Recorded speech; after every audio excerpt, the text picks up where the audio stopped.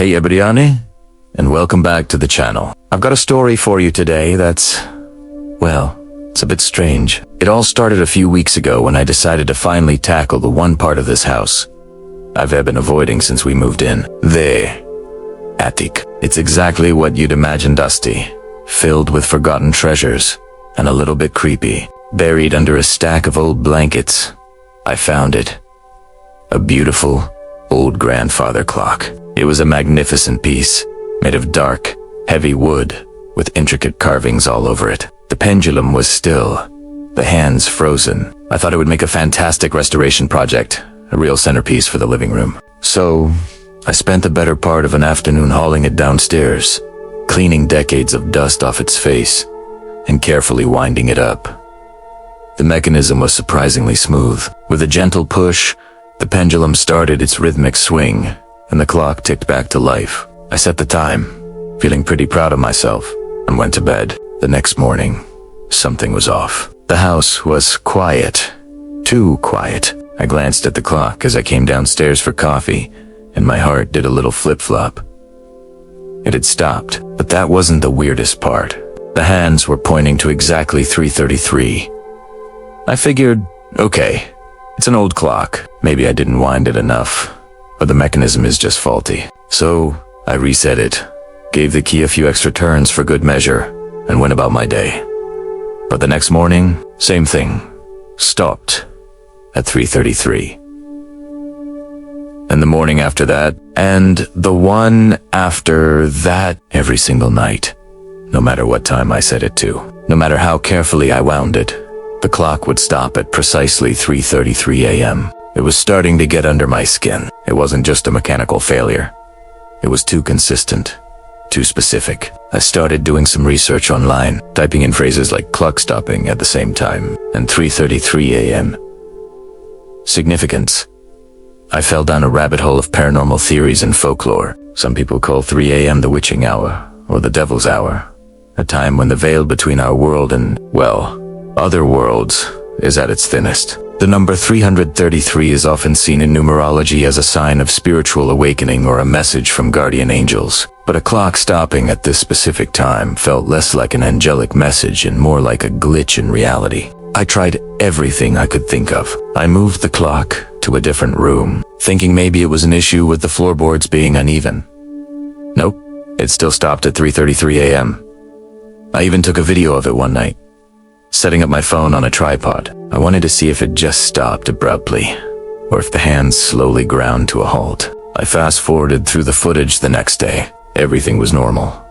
Tick-tock tick, dash-tock, dot-dot, until, at exactly 3:32 and 59 seconds, the second hand just froze. It didn't stutter, it just stopped, instantly, as if something had cut its power. The pendulum, however, kept swinging for another minute or so before slowly coming to a rest. That was the part that really freaked me out.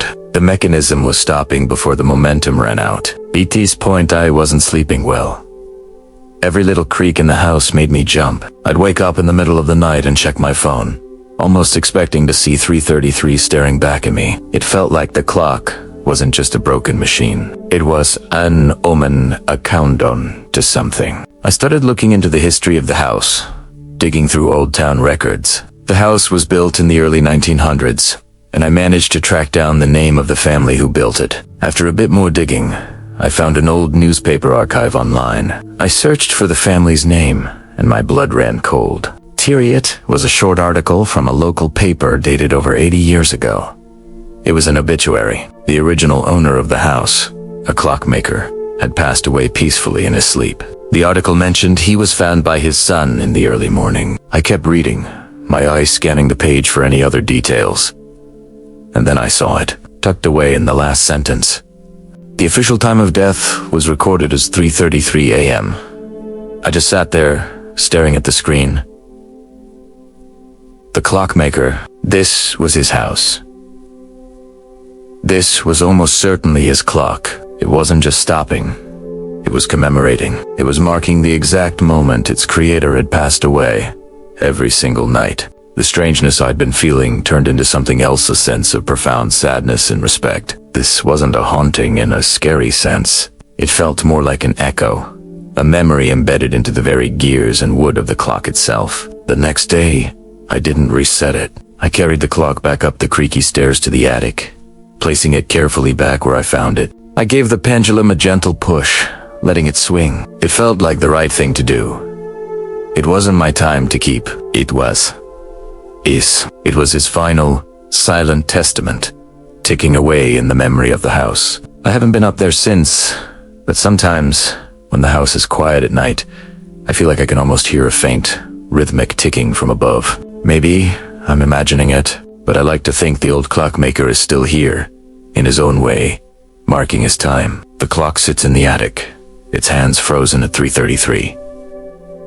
And that's where they'll stay. Some things I've learned aren't meant to be fixed. They're just meant to be. What do you guys think? Have you ever experienced anything like this? A strange coincidence that just can't be explained? Let me know your stories in the comments below. It's a strange world out there, and sometimes the most ordinary objects have the most extraordinary stories to tell. Thanks so much for watching and sharing this little journey with me. If you enjoyed this story, please hit that like button and consider subscribing for more adventures into the unexplained. It really helps the channel out. Until next time, stay curious and sleep well.